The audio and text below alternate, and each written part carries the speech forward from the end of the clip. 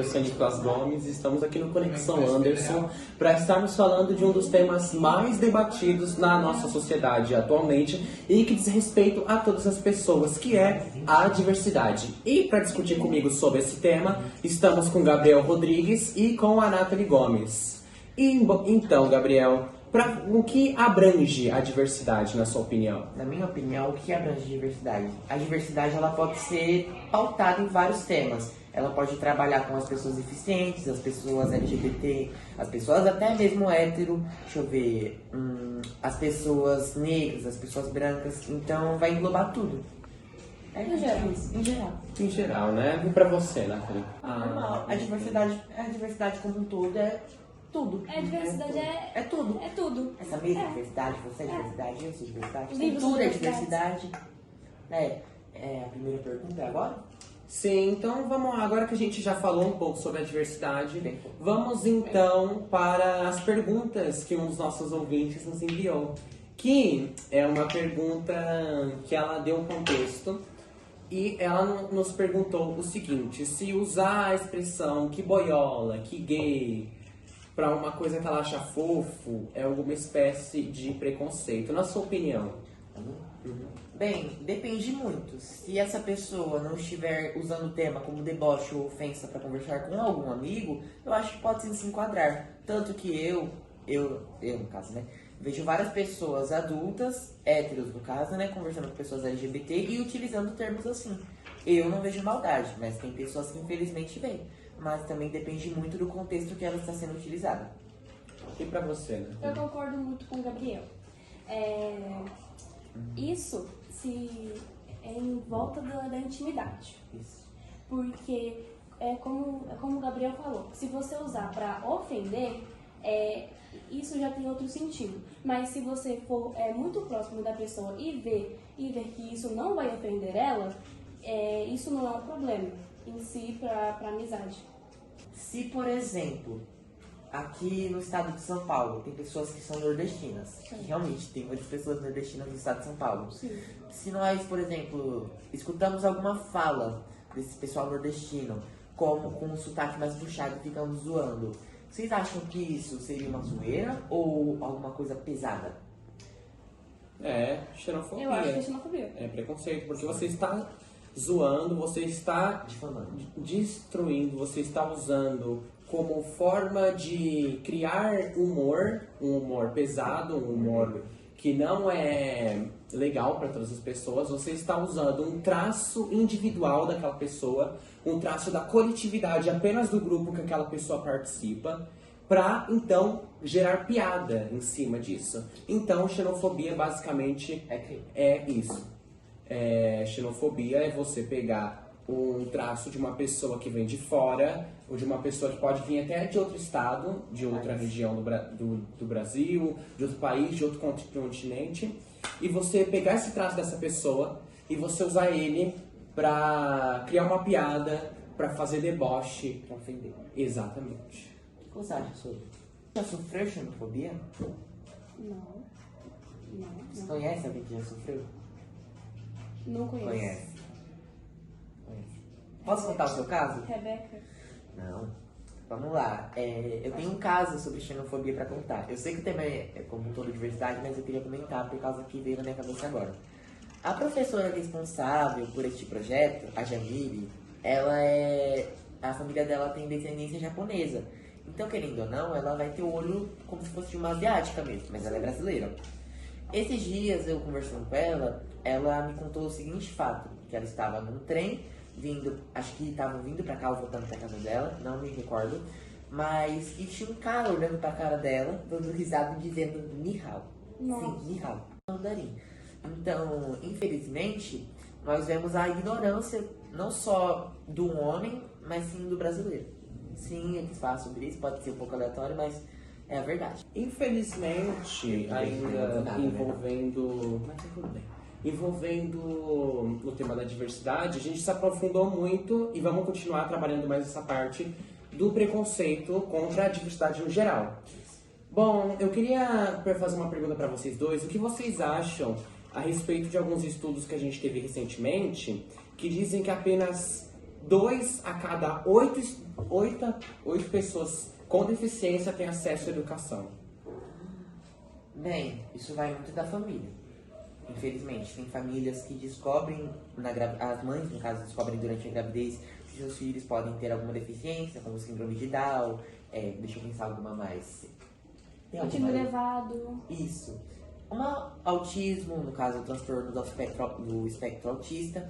E essas mães, por medo, às vezes por medo, às vezes até mesmo por ignorância, decidem não dar uma educação escolar para seus filhos, com medo de que eles não consigam se introduzir no mundo, mas sim ficar sofrendo. Então eu acho que vai muito da família, não só da pessoa que está sofrendo, mas sim. Assim, na minha opinião. Normal.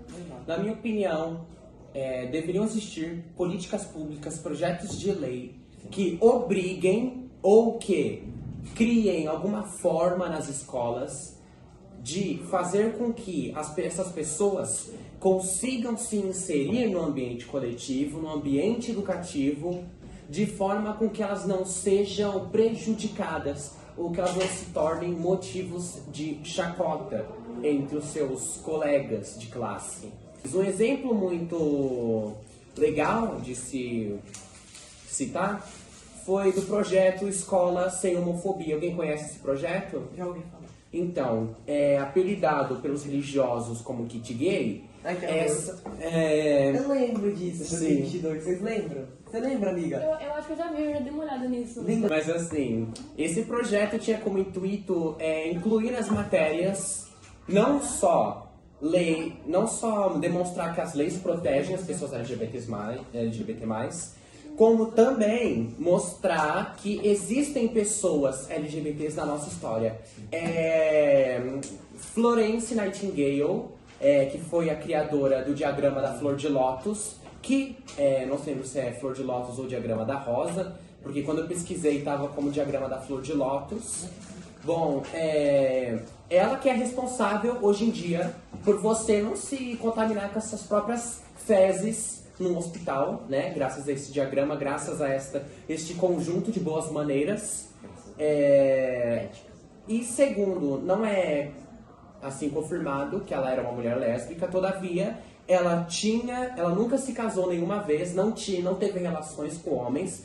Todos os registros que tem, ela sempre tinha proximidade com mulheres, mas ela não chegou a se casar com ninguém, nem com homem, nem com mulher. Então, existem muitas suposições de que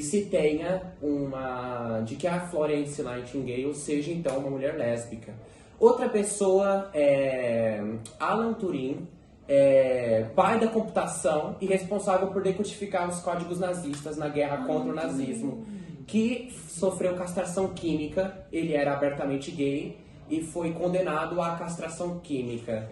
Não me lembro quando foi que ele morreu, mas se vocês forem pesquisar, atualmente a família britânica ela se desculpou pela sentença, né, injusta.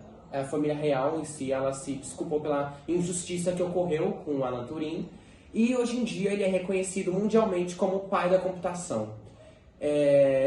A gente tem diversas figuras, mas enfim, a gente também tem uma outra figura que a gente não teve nenhuma confirmação, mas que é muito fácil de se supor, por mais que essa pessoa vivesse ali estudando diversas áreas, que é o próprio Leonardo da Vinci. Bom, agora a gente vai abrir então para as perguntas do público, dos nossos ouvintes.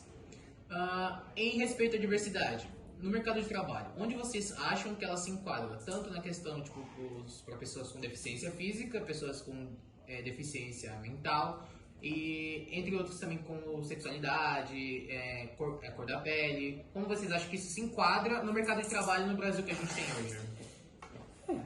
É bem complicado tratar desse assunto, porque, infelizmente, a gente não consegue sequer ter pessoas pertencentes à diversidade, pessoas que fogem do padrão europeu que foi estabelecido no nosso país, formadas. Já começa por aí. Muitas pessoas negras, muitas pessoas deficientes mentais, físicas, gays, lésbicas, transexuais, não conseguem sequer ter uma faculdade porque o governo não disponibiliza trabalho, porque o governo não disponibiliza estudo para essas pessoas. E quando a gente consegue alguma espécie de cota para elas participarem, a direita vai lá e tira. Então, amigo, mas só que aí, agora eu vou ter que te interromper, porque eu acho que a questão não é tanto sobre o governo, mas sim sobre as empresas que vão contratar. Porque hoje em dia, pelo que eu vejo, eu conheço muitas pessoas. Eu conheço muitas pessoas LGBT, trans, entre aspas não, entre outros, né, pessoas deficientes, eu vou falar entre outros de novo. Então, que conseguem sim entrar numa faculdade por conta de programas que o governo oferece, como por exemplo o Enem. Então eu acho que nessa questão, quem entra mais é a pessoa e a empresa que vai contratar.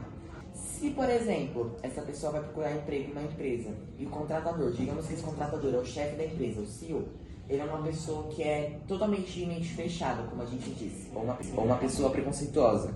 Ele vai olhar e não vai querer contratar. Mas se for uma pessoa de mente aberta, que sabe como uma empresa deve funcionar, eu acho que pode sim contratar. Então, realmente, isso vai muito da empresa, não do governo. Dependendo se a empresa for uma empresa do governo, pode entrar então, nessa questão. Mas eu acho que se for, tipo assim, para trabalho, não entre direita e esquerda, mas sim na empresa. Todavia, vale se lembrar que se a gente, então, vê empresas que deixam de contratar a pessoa por elas serem quem são, por coisas que elas têm, por traços, por deficiências, não é mais fácil a gente criminalizar esse tipo de comportamento para já evitar que as empresas continuem reproduzindo mesmo? Mas já é criminalizado, não é? De certa forma, nas empresas, não é crime você deixar de contratar uma pessoa. Não é crime. Não, a lei não abrange essa parte em específico. É verdade, isso é um fato.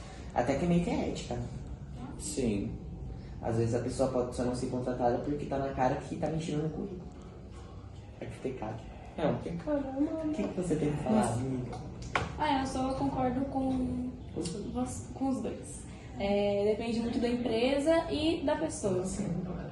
Bem, agora, tem mais alguma coisa pra falar sobre? Não defendendo nenhuma parte. Eu sou uma pessoa neutra em relação à política. Até porque nem idade pra voltar ao tempo. Mas continuando, eu acho que para falar sobre o parlamento, sobre a Câmara como um todo, a gente teria que englobar todo mundo. Porque, querendo ou não, podem realmente haver pessoas, a maioria pode ser de direita, mas também tem as pessoas de esquerda que podem ir contra alguns projetos. Infelizmente tem pessoas que são assim, sabe? São pessoas hipócritas. Então eu acho que nesse tema, se a gente fosse falar sobre direita e esquerda, eu acho que seria uma coisa muito, como é que eu posso dizer, polêmica. Porque a gente nunca, a gente pode ter acesso até a ver a Câmara durante uma votação, mas a gente nunca consegue ver a mente da pessoa. Que nem eu vejo pessoas de direita que falam, que a gente costuma dizer, né, que não gosta dos gays, não gosta das lésbicas, mas eu vejo muitas pessoas de direita... O quê? Tá.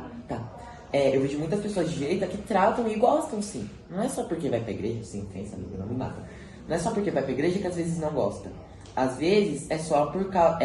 eu disse isso, amigo, porque normalmente o pessoal da direita vai muito pra igreja, né? Sem ofensa, tá, gente? Pelo amor de Deus. E eu vejo muito isso porque a gente acha que o pessoal de direita é muito preconceituoso. Infelizmente, sim, mas isso vai de pessoa pra pessoa. Isso é uma máscara que cada um coloca só pra parecer ser uma coisa que não é. Isso, Às vezes isso muitas seria o pessoas preconceito. são homofóbicas, transfóbicas, o que for, no geral, mas no final, tipo, é gay. Até Né? mesmo a gente é, sem perceber. Sim. A gente Não, pode ser uma eu tô falando, machista. assim, tem pessoa que tem o preconceito mesmo fazendo parte do grupo. Sim, Só que não quer isso. transparecer que faz parte, então critica. É uma pessoa hipócrita. Nós Sim. conhecemos pessoas Ignorante. assim. Ignorante. Exemplo muito óbvio, muito incrível, foi o movimento LGB. LGB, que é um movimento que algumas lésbicas, gays e bissexuais se reuniram para destruir, separar da pauta deles todas as siglas todas as letras da nossa sigla que envolvem identidade de gênero. Pra virar uma bandeira só.